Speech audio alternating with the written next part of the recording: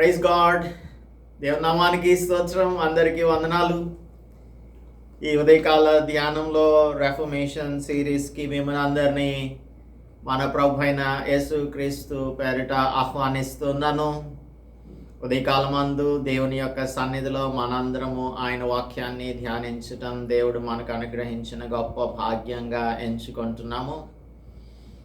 ఈ ఉదయకాలమందు ఆదికాండం గ్రంథం 42వ అధ్యాయం 6 నుంచి ఉన్న దైవ వాక్యాన్ని ధ్యానం చేద్దాం. కొన్ని వచనాలు. Let us pray before we start our daily meditation. పరిశుద్ధుడా, మా ప్రియ రక్షక, మా ప్రభువా, మా దేవా, ఈ ఉదయకాలమందు మా ప్రియులను మమ్మను ప్రేమించి మా కొరకు మీరు ఏర్పరిచిన ఈ ఆత్మీయ ఆహారమును బట్టి స్తుతులు వందనములు చెల్లిస్తున్నాం.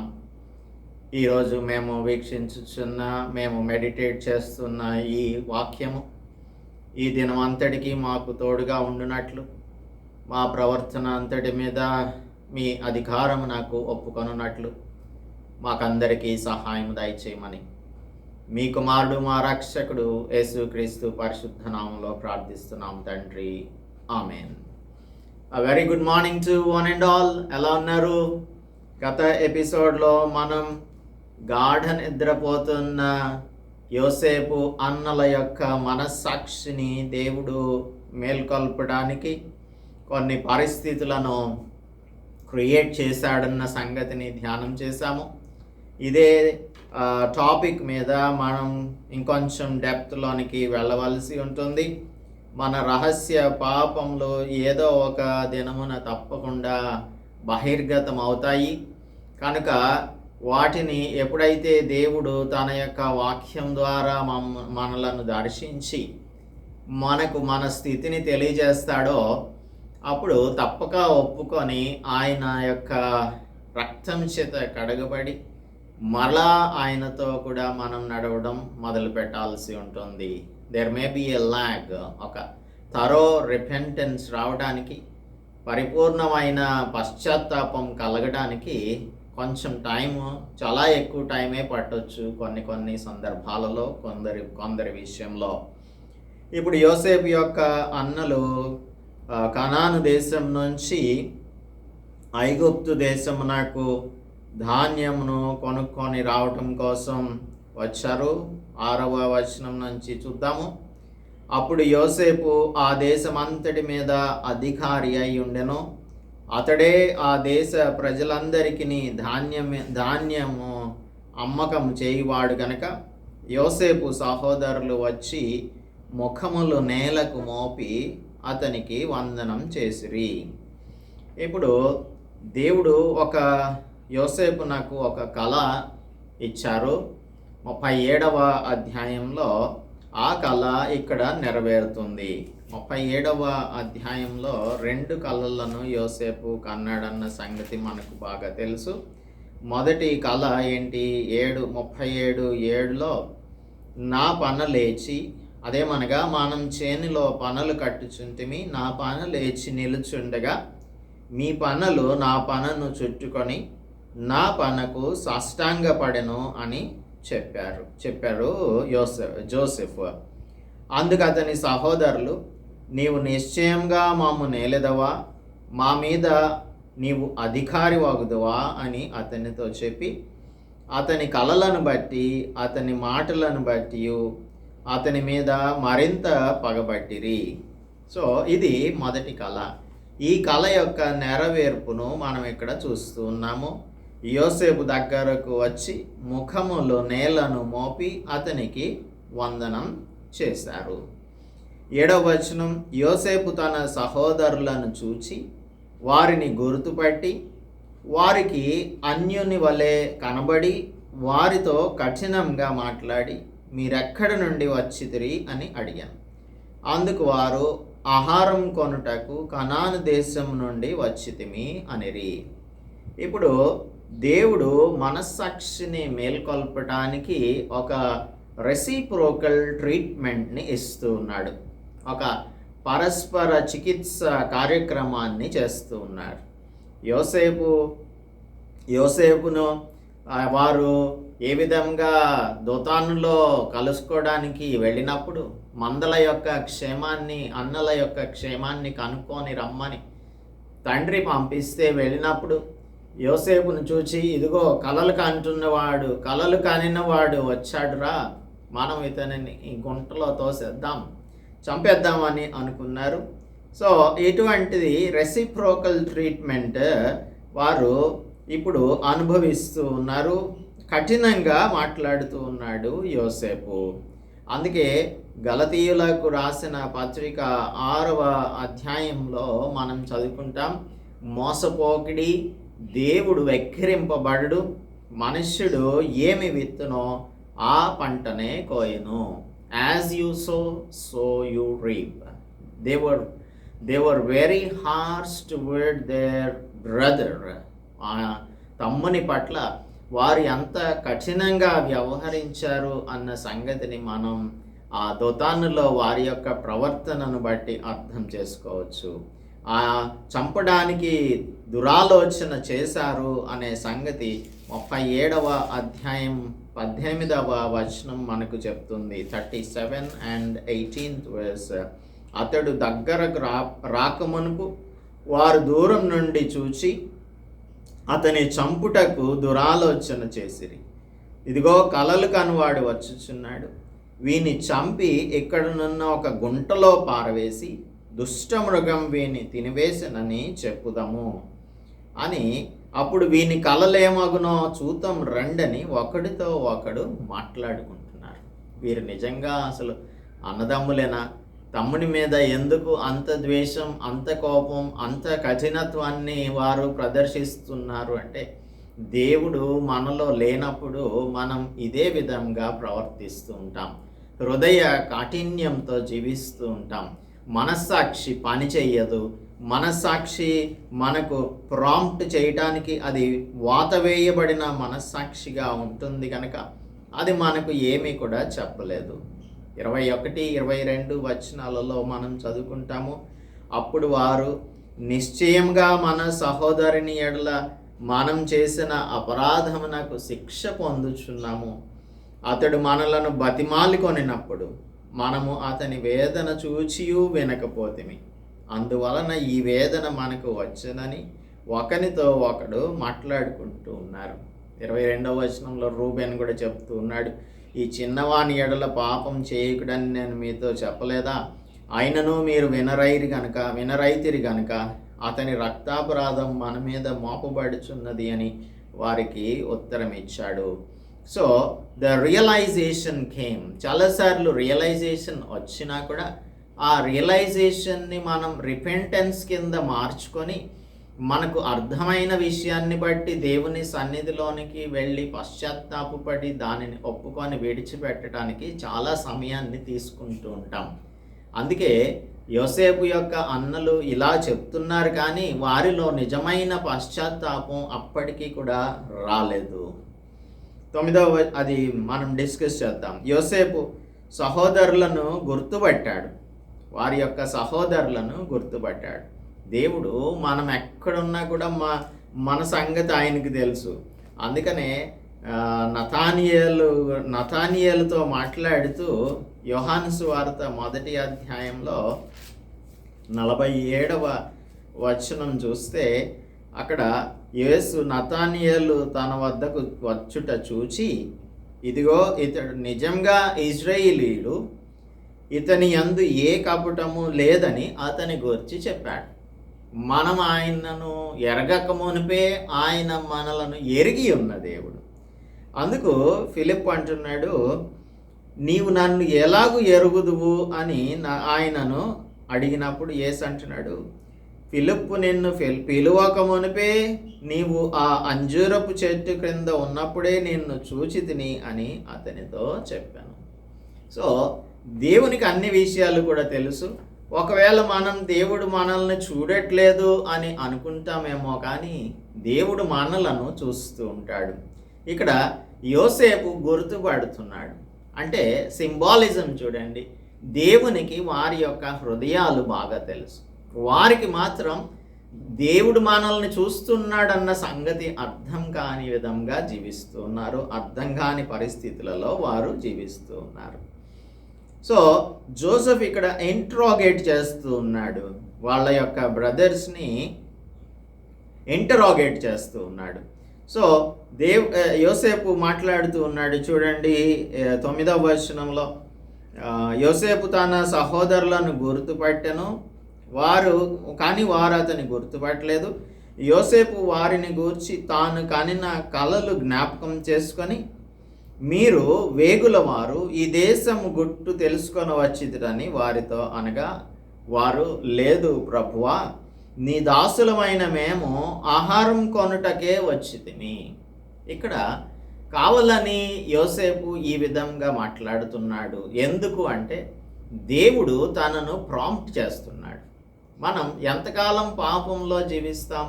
పాపాన్ని మన హృదయంలో దాచిపెట్టుకొని దానిని ఒప్పుకొని విడిచిపెట్టకపోతే మన ఎముకలలో కుళ్ళు పడుతుంది.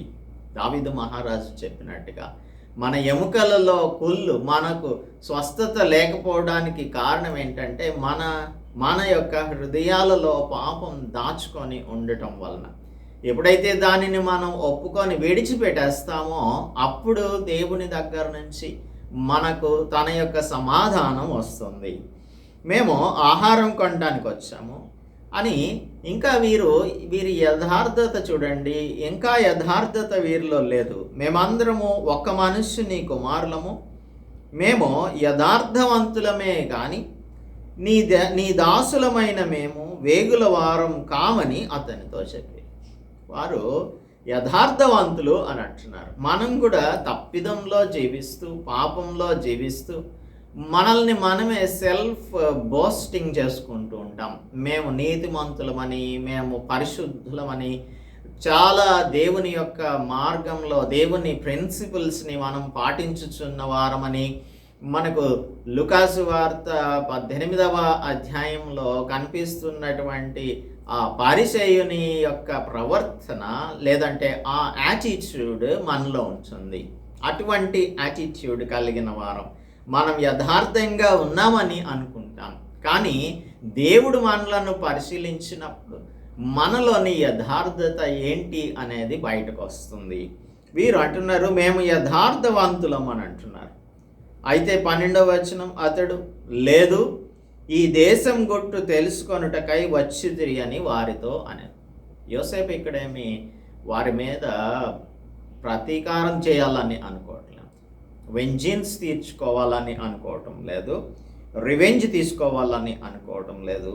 కానీ దేవుడే వారి అన్నల యొక్క పాపమును బహిర్గతం చేయటానికి, వారి యొక్క మనస్సాక్షులను మేల్కొల్పటానికి ఈ విధంగా యోసేపు చేత మాట్లాడిస్తూ ఉన్నాడు. అందుకే దేవుని యొక్క వాక్యం మనం చదివినప్పుడు వాక్యం మనలను హెచ్చరిస్తూ ఉంటుంది, ప్రాంప్ట్ చేస్తూ ఉంటుంది, అది ప్రిక్ చేస్తూ ఉంటుంది. లేదంటే దేవుని యొక్క వాక్యాన్ని మనం వింటున్నప్పుడు ఆ దేవుడు, పరిశుద్ధాత్మ దేవుడు మనతో మాట్లాడుతూ ఉంటాడు, మనకు మన యొక్క పరిస్థితిని తెలియచేస్తాడు. ఎప్పుడైతే దేవుడు మన పరిస్థితిని మనకు తెలియచేశాడో వెంటనే డేవిడ్ దగ్గర ఉన్న గొప్ప లక్షణం ఏంటంటే వెంటనే దేవుని పాదాల దగ్గర పడిపోతాడు. నేనే తప్పు చేశాను అని అంటున్నాడు. ఆ తప్పు నీవే అని అనగానే వెంటనే మోకాళ్ళు వేసేస్తున్నాడు, నేను తప్పు చేశాను అని అంటున్నాడు. ఎప్పుడైతే నాతాను ప్రవక్త వచ్చి బెత్షెబతో తాను చేసిన పాపమును గురించి బహిర్గతం చేశాడో, అందుకు వారు నీ దాసులమైన మేము, 13వ వచనం, 12 మంది సహోదరులం. ఇక్కడి వరకు బాగానే ఉంది. మేము 12 మంది సహోదరులం, పైనేమో యథార్థవంతులం అని అంటున్నారు కదా 11వ వచనంలో. 13వ వచనంలో మేము కనాను దేశంలోనున్న ఒక్క మనుష్యుని కుమారులం. ఇదిగో నేడు కనిష్ఠుడు మా తండ్రి వద్ద ఉన్నాడు. వీరు ఎంతమంది వచ్చారు? 10 మంది వచ్చారు అని మనం పైన చదువుకుంటాము. ఈ 10 మంది ఒక్కడు మాత్రం రాలేదు, బెన్యామీనుని యాకోబు పంపించలేదు. ఇదిగో కనిష్ఠుడు నేడు మా యొద్ద ఉన్నాడు. సరే 11 మంది అయ్యారు. మరి 12వ వాడు ఏమయ్యాడు? ఒకడు లేడు అని ఉత్తరం ఇచ్చారు. హీఈస్, ఇక్కడ తెలుగులో మనకు ఒకడు లేడు అంటే వారి యొక్క ఉద్దేశం ఏంటంటే ఇంగ్లీష్లో హీ ఈజ్ నో మోర్ అని ఉంటుంది. అంటే వాడు చనిపోయాడు అని అంటున్నారు. నిజంగా యోసేపు చనిపోయాడో లేదో వారికి తెలుసు. ఎందుకంటే వారే ఇష్మాయేలైట్స్కి అమ్మేశారు. అది ఈ 10 మందికి కూడా తెలుసు. అటువంటి అప్పుడు వాడు హీ ఈజ్ నో మోర్ అని ఎలా చెప్తారు? చనిపోయాడు అని ఎలా చెప్తారు? అక్కడున్నవాడే వాడు కదా, యోసేపు కదా. అయితే యోసేపు, మీరు వేగుల వారిని నేను మీతో చెప్పిన మాట నిజమే, దీని వలన మీ నిజం తెలియబడును. వారికి అర్థం కావట్లేదు. వారు చెప్తున్నది అబద్ధం అన్న సంగతి వారికి తెలిసినా కూడా తెలియనట్టుగా ప్రవర్తిస్తున్నారు. ఒకడు చనిపోయాడని చెప్తున్నారు. అందుకే అంటున్నాడు యోసేపు, మీరు వేగుల వారని మీతో చెప్పిన మాట నిజమే. దేవుడు ఏం చేస్తాడంటే మనకు మన యొక్క పరిస్థితిని తెలియజేసినప్పుడు మనం దాన్ని ఒప్పుకోవాలి కదా. ఒప్పుకోకుండా మనం దానిని ఇంకా దాచిపెట్టాలనుకుంటే ఎలా కుదురుతుంది? ఒక డాక్టర్ దగ్గరికి మనం వెళ్ళినప్పుడు మనలో ఉన్న ఆ ప్రాబ్లం అంతటిని ఎక్స్ప్లెయిన్ చేస్తేనే దానికి సరి అయిన మందుని ఇవ్వగలుగుతాడు. అట్లా కాకుండా మనం డాక్టర్ దగ్గర దాచిపెట్టేస్తే మన ట్రీట్మెంట్, మనకిచ్చే ట్రీట్మెంట్ కరెక్ట్ ట్రీట్మెంట్గా ఉండదు. అందుకనే మన ఎయిల్మెంట్స్ అన్నీ కూడా చెప్పాల్సి ఉంటుంది. ఇప్పుడు చాలా క్లియర్గా అంటున్నాడు, మీరు వేగుల వారు అని అంటున్నాడు. అయితే వీరు అబద్ధమే చెప్తున్నారు కానీ యథార్థవంతులమని అనుకుంటూ ఉన్నారు. పైకి ఆ విధంగా ప్రవర్తిస్తూ ఉన్నారు. మీ నిజం తెలియబడును, దీని వలన మీ నిజం తెలియబడును. ఫరో జీవంతోడు, మీ తమ్ముడు ఇక్కడికి వచ్చితేనే కానీ మీరెక్కడ నుండి వెళ్ళకూడదు అని అంటున్నాడు.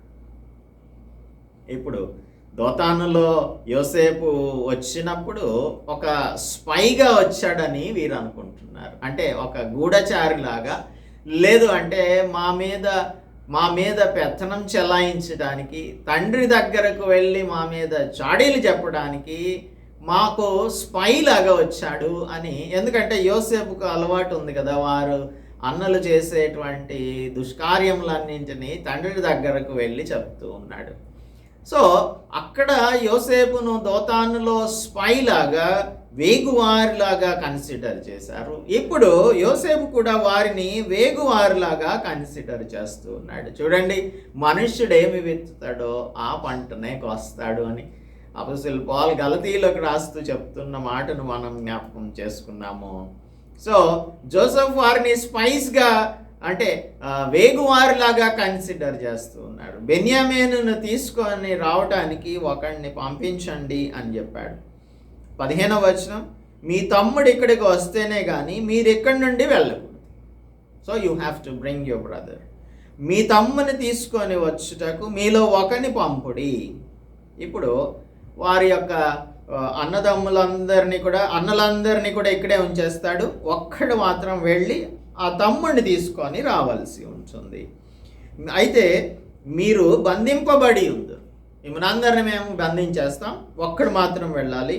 అట్లు మీలో సత్యమున్నదో లేదో మీ మాటలు శోధింపబడును. లేని ఎడల ఫరో జీవంతోడు మీరు వేగుల వారని చెప్పి వారిని 3 దినములు చెరసాలలో వేయించాడు. 3 దినములు చెరసాలలో వేయించడానికి కారణం ఏంటంటే, దేవుడు మనకి కూడా చాలాసార్లు కొంత సమయాన్ని ఇస్తూ ఉంటాడు, యాంపుల్ టైంని ఇస్తూ ఉంటాడు. మనల్ని కన్ఫైన్మెంట్లో పెట్టి మనం దానిని గురించి ఆలోచించేలాగా చేస్తాడు. 3 రోజుల పాటు చెరసాలలో బంధింపబడి ఉన్నప్పుడు వారు ఇంట్రోస్పెక్ట్ చేసుకోవాలి, వారు పరిశీలన చేసుకోవాలి. మనం ఏం చేశాము, మనకెందుకు ఇలా జరుగుతుంది అనే దానిని వారు పరిశీలన చేసుకొని పరీక్షించుకొని వారి యొక్క తప్పిదాన్ని తెలుసుకోవాల్సి ఉంటుంది. అందుకే 3 days వారిని అందులో ఆ చెరసాలలో వేయించాడు. పరిశుద్ధాత్మ దేవుడిని మనం దుఃఖ పెట్టకూడదు.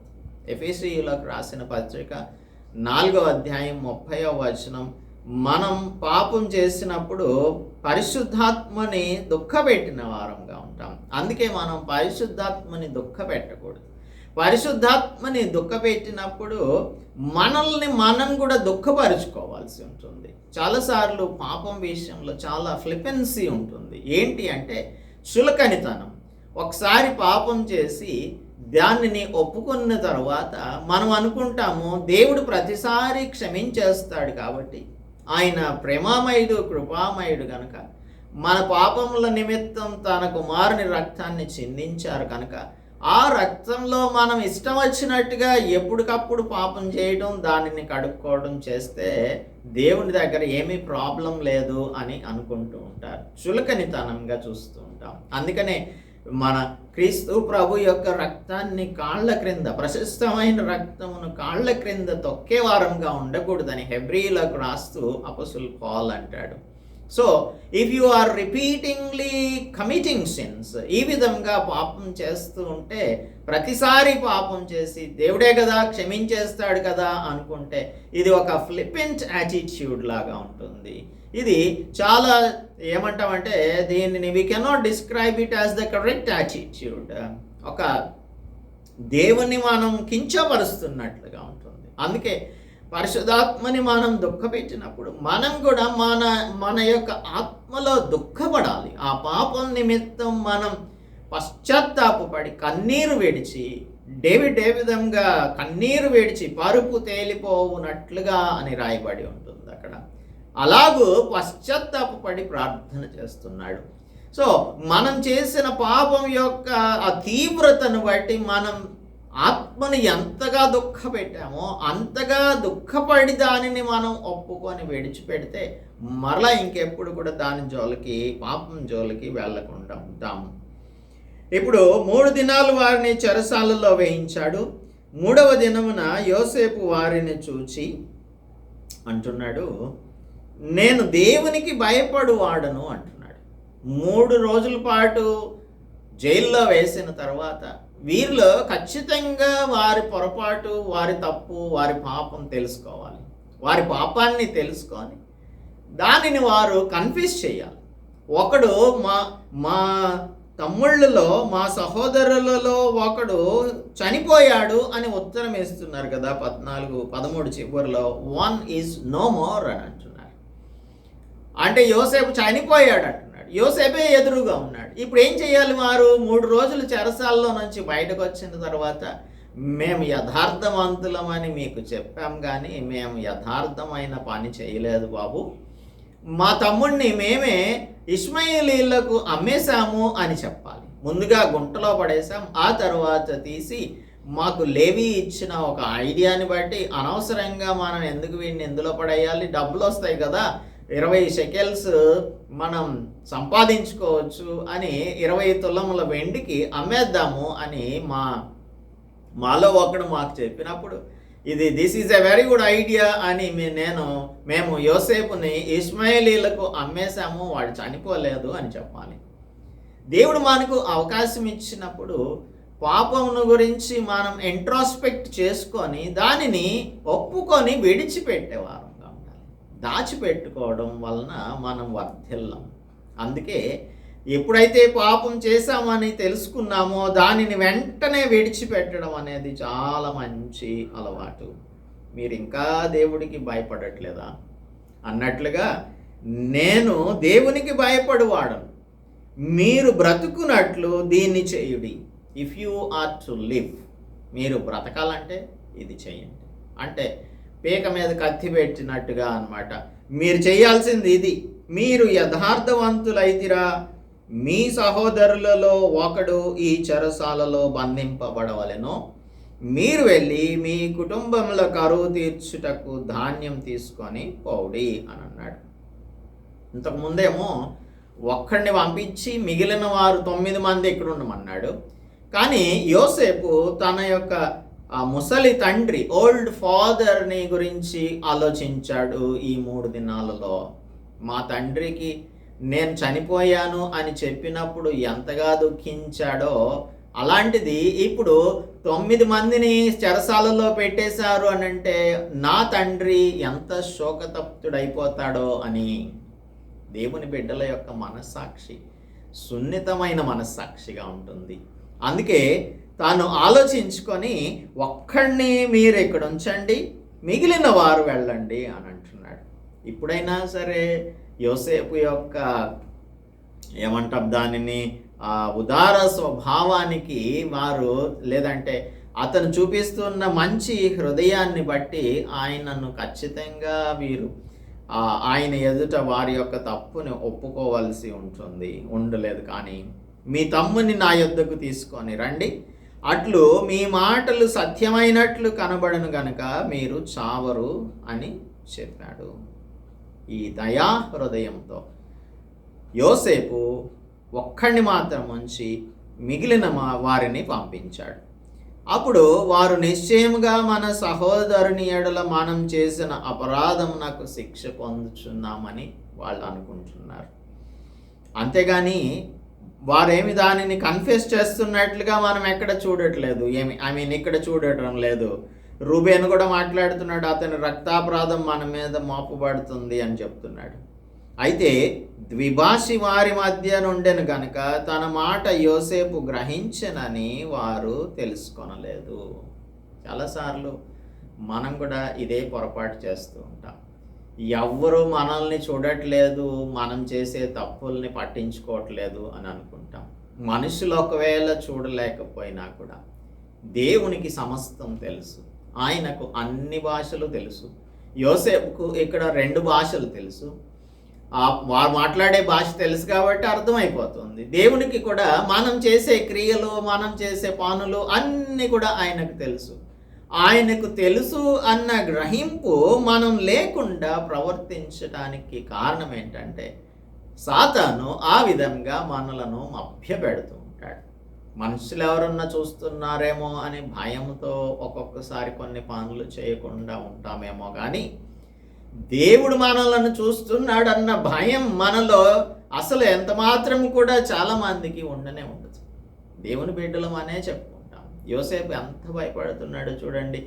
నా దేవుని ఎదుట నేను ఈ దుష్కార్యాన్ని ఎలా చేస్తాను అని అంటున్నాడు. ఇంత ఘోరమైన 39:9లో కాబట్టి నేను ఎట్లు ఇంత ఘోరమైన దుష్కార్యం చేసి దేవునికి విరోధంగా పాపం కట్టుకుంటాను అని తన యజమానురాలతో చెప్తున్నాడు. దేవునికి వ్యతిరేకంగా పాపం కట్టుకోవడం, దేవుడు మనల్ని చూస్తున్నాడన్న ఆ ఇంగిత జ్ఞానం కూడా లేకుండా మనం అనేకమైన సార్లు మనం పాపం చేస్తూ ఉంటాం, ప్రవర్తిస్తూ ఉంటాము. వారికి అర్థం కావటం లేదు. అప్పుడు 24వ వచనం చూడండి. అతడు వారి యొద్ద నుండి అవతలకి పోయి ఏడ్చి, చూడండి సెన్సిటివ్ హార్ట్ యోసేపు ఇదంతా కూడా తెలుసుకొని, అరే నా అన్నలు నా గురించి వారు పశ్చాత్తాపడతారేమో అని అనుకుంటే వారిలో వారే మాట్లాడుకుంటున్నారు. కనీసం మేము పాపం చేశామన్నది ఒప్పుకోవట్లేదు. పరిశుద్ధాత్ముడు కూడా ఇదే విధంగా మనలను చూచి దుఃఖపడుతూ ఉంటాడు. అరే నా బిడ్డ ఇంతగా నేను మనస్సాక్షిని తట్టి లేపడానికి ప్రయత్నం చేస్తూ ఉంటే దానిని గ్రహించి కూడా ఒప్పుకొని విడిచిపెట్టట్లేదేంటి అని ఎంతగానో బాధపడుతూ ఉంటాడు. అందుకే పాల్ అంటాడు, దేవుని యొక్క ఆత్మను మీరు దుఃఖపరచకుడి అంటాడు. Do not grieve the Holy Spirit. మనం చాలాసార్లు చేసే పనులు పరిశుద్ధాత్మని దుఃఖపెట్టే పనులుగానే ఉంటూ ఉంటాయి. ఎందుకంటే వీఆర్ నాట్ సెన్సిటివ్. సెన్సిటివిటీ పోయిన మనస్సాక్షులు వాత వేయబడిన మనస్సాక్షులుగా ఉంటాయి కనుక ఆ సెన్సిటివిటీని ఎప్పటికప్పుడు కూడా మనం కాపాడుకోవాలి అంటే దేవుని యొక్క సన్నిధిలో ఎక్కువగా గడిపే వారంగా, వాక్యం చదివే వారంగా, ప్రార్థన చేసే వారంగా ఉండాలి. ఎప్పుడైతే ఈ డిస్టెన్స్ పెరిగిపోతుందో సెన్సిటివిటీ పోతుంది. ఇప్పుడు 2 మ్యాగ్నెట్స్ ఉన్నాయి, లేదంటే ఒక మ్యాగ్నెట్ ఒక అయర్న్ పీస్ ఉంది అనుకుందాము. ఈ రెంటిని దగ్గరకు తీసుకొస్తే ఎక్కువ ఆకర్షణ ఉంటుంది, అట్రాక్షన్. దూరం చేసిన కొద్దీ ఈ అట్రాక్షన్ పవర్ తగ్గిపోతుంది. అందుకని ఈ దేవునికి మనం ఎప్పుడైతే అనుసంధానం అయి ఉంటామో అప్పుడు మనలో సెన్సిటివ్ కాన్షియన్స్ ఉంటుంది. అందుకే యోసేపు వారిని బాధ పెడుతున్నట్లుగా అనిపిస్తున్నా కూడా చాలా తనలో తానే బాధపడుతూ ఏడుస్తూ ఉన్నాడు. పక్కకు వెళ్ళి మరలా వారి యొద్దకు వచ్చి వారితో మాట్లాడి వారిలో సిమియోనును పట్టుకొని వారి కన్నుల ఎదుట బంధించను. సిమియోనును ఎందుకు బంధించాడు అనేది మనకు ఇక్కడ అర్థం కాకపోవచ్చు. కానీ సిమియోను అంటే ఇప్పుడు రూబెన్ ఎప్పుడైతే ఆ గుంటలో నుంచి యోసేపును బయటకు తీసి ఇష్మాయేలీలకు అమ్మేస్తున్నారో అప్పుడు రూబెన్ అక్కడ లేడు. ఇంటిలో పెద్దవాడు కుటుంబంలో మిగిలిన చిన్నవారి యొక్క బాధ్యతను తీసుకోవాలి. అందుకే కదా రూబేను పాపం చేయటాన్ని బట్టి యోసేపు నాకు జ్యేష్ఠత్వపు హక్కునిచ్చాడు దేవుడు. అది మనం ఇంతకుముందే దినవృత్తాంతముల గ్రంథంలో చదువుకున్నాము. సో ఇప్పుడు యోసేపుకు జ్యేష్ఠత్వపు హక్కు వచ్చేయడానికి కారణం రూబేను పాపం. సరే, రూబేను ఆ గుంటలో పడవేసినప్పుడు అక్కడ లేడు, అక్కడి నుంచి ఎక్కడికో వెళ్ళాడు. మొత్తానికి అతను తిరిగి వచ్చేపాటికి వీరు 20 తులముల వెండికి తమ యొక్క సహోదరుణ్ణి అమ్మేసేశారు. అమ్మేసినప్పుడు రూబేను తర్వాత పెద్దవాడెవడు? సిమియోను.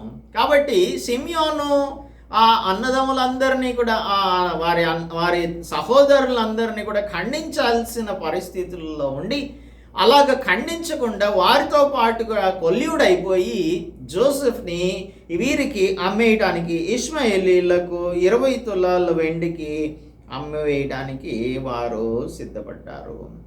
అందుకని ఇక్కడ దేవుడేమి పక్షపాతి కాదు. ఎవరు ఏది విత్తుతారో దానినే కోస్తారు.